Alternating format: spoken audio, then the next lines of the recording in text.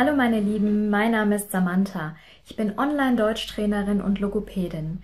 In diesem Video zeige ich dir, welche konkreten Maßnahmen du ergreifen musst, um deine Aussprache zu verbessern und deinen Akzent langfristig zu reduzieren, damit du endlich verständlicher Deutsch sprichst. Sieh dir auch gerne meine anderen Videos an aus meiner Aussprachereihe und hol dir gerne mein E-Book mit 5 Tipps, um besser Deutsch zu sprechen auf meiner Website www.samantha-fernandes.com. Dort findest du auf meinem Blog auch den Artikel zu diesem Video und viele weitere Videos, MP3s und PDFs kostenlos zum Herunterladen. So, und jetzt lass uns gleich starten. Ein Kind benötigt mehrere Jahre, um die Muttersprache zu erlernen. Nicht nur die Grammatik, sondern auch die Aussprache. Die kleine Sonja war ein bisschen langsamer mit der Aussprache. Und jetzt in der Schule, mit 7 Jahren, kann sie endlich das Sch richtig aussprechen und das S. Paul hat sich ein bisschen leichter getan. Er konnte die Laute schon mit 5 Jahren korrekt aussprechen und war verständlich. Und auch mit der Grammatik ging es bei ihm schneller. Und genauso ist es bei uns erwachsenen Sprachlernern auch. Der eine braucht ein bisschen länger, der andere braucht ein bisschen kürzer. Wenn wir eine Fremdsprache erlernen, dann ist das ein Prozess. Das heißt, wir brauchen Zeit, wir brauchen Übung und wir brauchen Geduld. Den Akzent loszuwerden lohnt sich deshalb, weil du dann verständlicher bist für dein Umfeld im Beruf und im Alltag und weil dein Umfeld dich nicht mehr so unterschätzt. Wenn du jetzt die Grammatik schon gut beherrschst, aber dein Akzent noch sehr stark ist, wirst du oft unterschätzt und die Leute denken sich, wie spricht die denn oder wie spricht der denn? Obwohl du eigentlich so viel kannst. Welche 5 konkreten Maßnahmen benötigst du, um deine Aussprache zu verbessern? Maßnahme Nummer 1. Das Hören, die auditive Wahrnehmung. Je besser du die Laute verstehst und unterscheiden kannst, einzeln in Silben, in Wörtern, in Sätzen, desto besser wirst du sie auch sprechen können. Unsere auditive Wahrnehmung hat ganz klar einen Einfluss auf unsere Aussprache. Und das ist auch der Unterschied zur Grammatik. Du kannst die Grammatik auch aus Büchern lernen. Die Aussprache aus Büchern zu lernen ist sehr, sehr schwierig. Du musst die Aussprache hören, dich an den Klang gewöhnen, an die Laute gewöhnen, an die Sprachmelodie gewöhnen und dann lernen, das umzusetzen. Deshalb gehört zu einem Aussprachetraining immer ein Hörtraining. Erst üben wir die einzelnen Laute konkret und im Kontrast zu anderen Lauten zu hören. Zum Beispiel, wenn du das Sch nicht aussprechen kannst und es mit dem S verwechselst, zum Beispiel in dem Wort Sport und du sagst immer Sport, Sport, dann würden wir üben, dass du diese Laute unterscheiden kannst. Maßnahme Nummer 2. Deine Mundmotorik trainieren.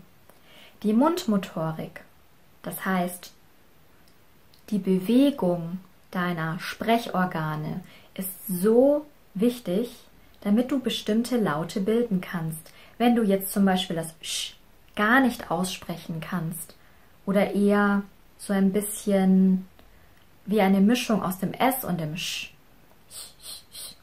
dann müssen wir erstmal gucken, wie stark deine Zunge ist, wie stark deine Lippen sind, wie sich deine Sprechorgane bewegen können und ich zeige dir verschiedene Übungen, wie du dich auf diesen Laut vorbereiten kannst, auf das Sch.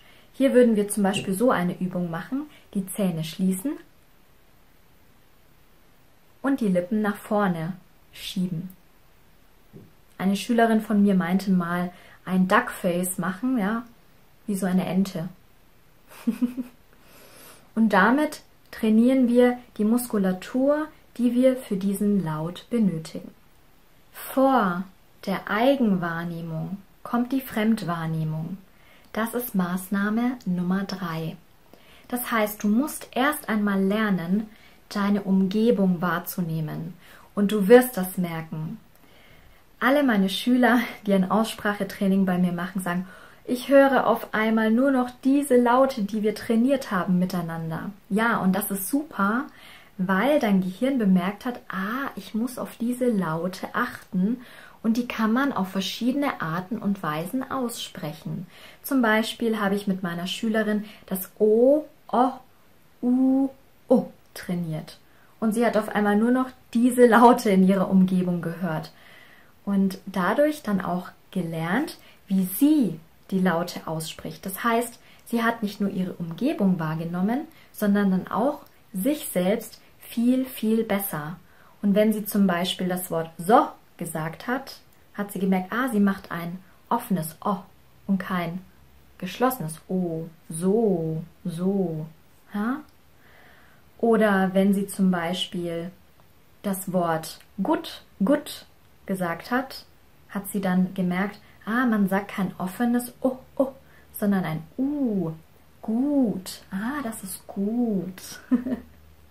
Und genauso wird sich deine Wahrnehmung verändern in diesem Prozess. Du wirst deine Umgebung, die Menschen in deiner Umgebung viel besser wahrnehmen und dann am Ende auch dich selbst und deine Aussprache. Maßnahme Nummer 4, das Sprechen. Ohne Sprechen geht es natürlich nicht. Die Aussprache, wie der Name schon sagt, muss trainiert werden. Und das geht nur, indem du übst und wiederholst. Die Wiederholung gehört auch dazu. Es macht wenig Sinn, wenn du den neuen Laut im Aussprachetraining lernst und ihn dann zu Hause nicht mehr übst und dann eine Woche später wiederkommst und wieder auf dem gleichen Stand bist. Nein, wir wollen ja vorwärts kommen, du willst vorwärts kommen. Und deshalb ist es ganz wichtig, dass du dir jeden Tag Zeit nimmst, um deine Routine, deine Ausspracheroutine zu entwickeln. Übe lieber jeden Tag 10 Minuten, anstatt einmal pro Woche 1 Stunde. Denn oft sind unsere Sprechorgane überfordert, wenn du nur einmal pro Woche 1 Stunde übst. Dann bekommst du hier Schmerzen oder es ist sehr unangenehm. Und langfristig wird sich weniger verbessern. Das heißt, lieber weniger Zeit pro Tag investieren, aber dafür regelmäßiger. Sieh dir gerne mein letztes Video an, Dein Weg, um mit weniger Akzent Deutsch zu sprechen. In diesem Video gehe ich auf die Schritte ein, die du gehen musst, um deine Aussprache zu verbessern. Die Maßnahme Nummer 5 sind Tipps und Tricks aus der Logopädie, wie beispielsweise die lautunterstützenden Bewegungen. Lautunterstützende Bewegungen sind Bewegungen, die dabei helfen, einen Laut besser zu bilden. Zum Beispiel den Laut S.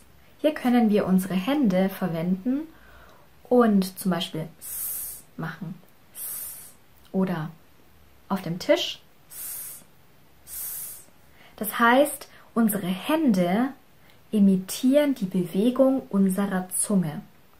Das ist wissenschaftlich noch nicht ganz so gut erwiesen, aber es funktioniert in der Praxis. Das sehe ich immer wieder, dass sich meine Schüler wirklich leichter tun, die Laute zu artikulieren. Im Regelfall ist es so, dass du Unterstützung dabei brauchst, um die korrekte Aussprache zu erlernen. Das heißt, die Aussprache ist nichts, was du einfach so nebenbei machen kannst. Du musst gezielt an ihr arbeiten. Genauso wie du dich zum Beispiel auf eine Prüfung vorbereitest und Aufsätze schreiben musst und üben musst, genauso musst du die Aussprache üben und dich wirklich darauf konzentrieren.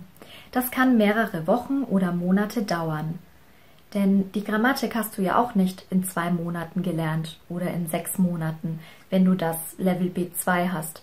Und genauso ist es mit der Aussprache. Du musst dir Zeit geben, du musst üben und du brauchst ein bisschen Geduld mit dir selbst.